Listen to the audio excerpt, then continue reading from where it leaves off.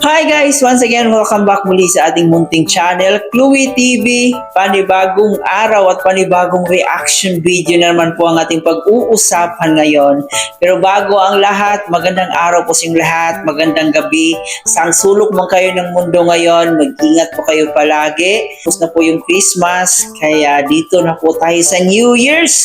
So ano kaya yung mga New Year's resolution ng ating mga kajongkar, ating mga kalingap, at especially ng ating mga bashers, no? Kamusta kaya yung mga bashers ng Jongkar? Ano kaya yung New Year's resolution nila? Sana ay magbago na po yung ugali nila, no? Siyempre ngayon hindi tayo mawawalan ng reaction video. At yun nga po, kung napansin niyo po dyan ang ating title, ay kahit gaano ka-successful yung part 100, kahit gaano kaganda, talagang pinag-isipan, may napupuna at napupuna pa rin yung mga bashers dito. At dito nga po guys ay parang sinabi pa nila na nakukulangan sila sa pinapakita ni Carla dito kay Papa Jom. So para bang sinasabi nila na parang hindi daw totoo yung nararamdaman talaga ni Carla dito kay Kalingap Jomar. So parang hindi daw totoong magjowa. Mamaya ng konti guys ay ating pag-usapan yan. At syempre panoorin natin, balikan natin yung part 100, yung iilang eksena dun para mapatunayan nga natin kung wala nga ba talagang pag-care si Carla Bells dito kay Papa Joms. So para makita rin po natin kung saan po yung sinasabi nila na parang nakukulangan sila. Pag-usapan po natin yan mamaya. Pero bago tayo magpatuloy doon, please don't forget to subscribe sa ating channel, paki-like and share ng ating video, at paki-turn on ang notification bell para mas updated every time na mag-a-upload po tayo. At higit sa lahat, ating suportahan ang ating ama ng Kalingap na si Kuya Bal Santos Matubang, ang ating ina ng Kalingap na si Ate Edna Vlog, ang ating magaling na direktor na si Kalingap Prab, at ang kanyang may bahay na si Jack Matubang. Suportahan natin. Suportahan po natin ang ating Keyboys, Kalingap Partners, mga charity vloggers sa Pilipinas at tumutulong sa ating mga kababayang mahihirap. Huwag nating kalimutan. Siyempre guys, yung mga kasama nating Kalingap, reactors, especially ang Karepa, ang Team Strikers, Team Watchers, lahat po naman nagko-content sa Kalingap guys. Suportahan natin. So ngayon, atin na munang balikan itong ilang eksena sa part 100 at saka tayo magbigay ng ating opinion pagkatapos nito. Panoorin na natin to. Kakuha ng matamis na halik, hindi ko maitago ang aking pagkasabik. Hindi naman ako yung tao na nagmamadali, ako'y maghihintay kahit ilan pang sandali. Sa paglubog ni Haring Araw, liwanag mo ang aking. Kumusta? Okay lang. Nakakapagod. Nakakapagod. Wala pa kaming ligo. Oyos lang, bango pa naman. Grabe, totoo nga. Akala ko di ka na makakasunod sa amin eh. Namiss tuloy kita. Ilang araw lang naman yun. Kahit na, iba pa rin pag andito ka talaga. Iba rin ang feeling pag wala ka dito. Grabe, paano mo kinaya yun? Kasama ko kasi sila Pao, tsaka sila Kuya Lolo. Oh? Kaya di naman kasi masyadong nahirapan. Siya? Asan pala sila? Nandyan. Nandyan Nakay na tayo. Grabe. Akala ko walang jump ka dito sa Vietnam eh. Para sa'yo talaga dito eh. Tsaka syempre, baka kasi maghanap ka ng iba. Kaya, Grabe ka naman. Hindi naman yun. Kahit wala ka, hindi ako maghanap ng iba. Pero okay na rin yun. Nandito ka na. Kasi kulang yung mga ano lalo alam mo malamig yung sa loob. Pero ang nagpapawis sa loob. nalamig po yung kamay. Kaya ba ito matatapos? Ito ang bira. Wala pang boost dyan. Wala na tayo iba. Wala lang notice. Pit nang may pababa pa. Oo. Natagal matapos? Oo, makuha. Pero sabi ko kapag 25 minutes daw. 20. Grabe. Oo.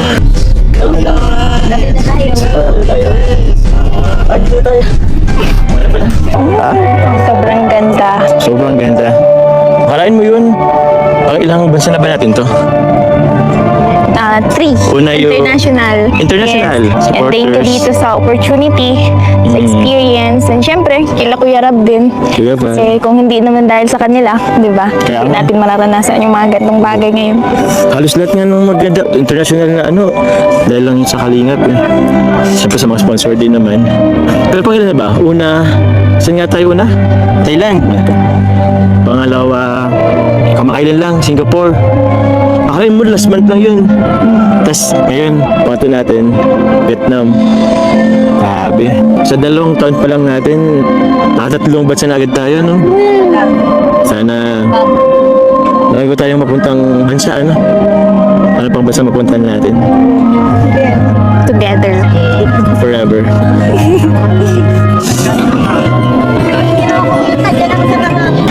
Wala. Bagay ba? Para kang lokal. Oh? Parang Vietnamese dito? Bagay nga. Ay, teka. Gusto mo bang kape? Malamig? Malamig ka? Gusto mong hug? Yakap na kita. Ha? Yakap lang. Iyak ka ba? Sarap. Alam mo ba, Carla? Itong kape ito, sobrang sarap. Ewan ko ba? Ito yata yung pinakamasarap na kape na man ko bubuhay ko dito sa Vietnam. Parang susapakin dito sa Pilipinas eh. Or ewan ko, hindi ko alam kung itong kape lang ba or siguro mas masarap to kasi masama kita. Hindi, masarap lang talaga yung kape. Hmm?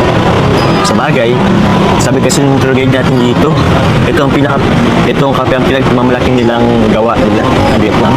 Kasi ito sa nila dito sa Vietnam. Pero hindi rin eh. Feeling ko dahil siguro kasama kita. Ito, try mo. Feeling ko, bagay rin to sa'yo. Yan o. Yan o.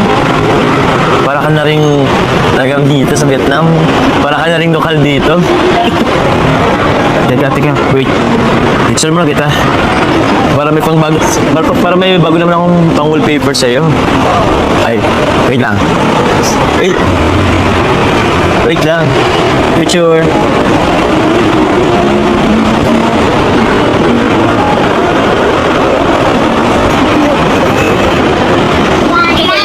Selfie lang tayo. Ha? Selfie. Isa ba tayo? Sige. Isa pa tayo. Ito, Juan. Isa pa.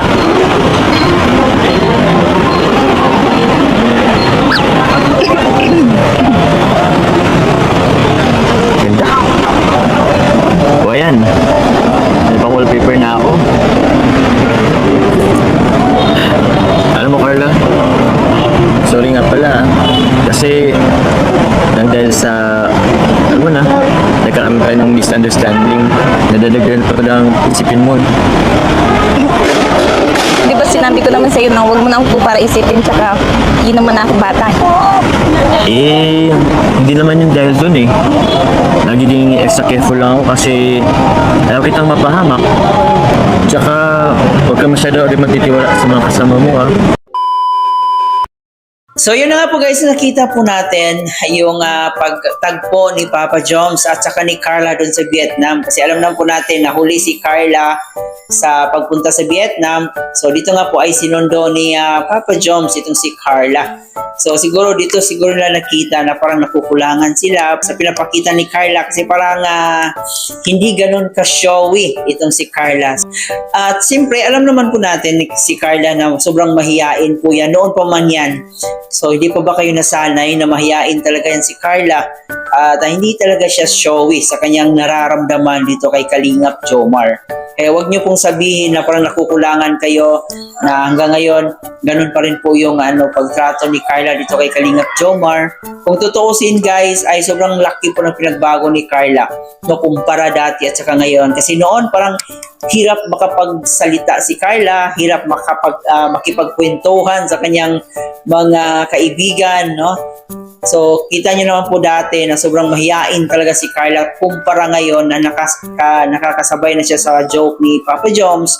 Pero nandun pa rin po talaga yung pagkamahiyain niya.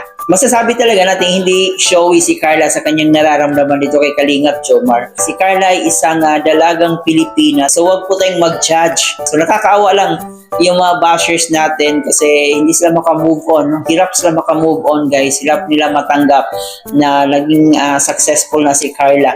So, I hope nag-enjoy kayo. Bago natin tapusin, huwag kalimutan mag-like and share and pakisubscribe na rin po ang ating channel. Ito po yung host na si Chloe TV. Thank you for watching.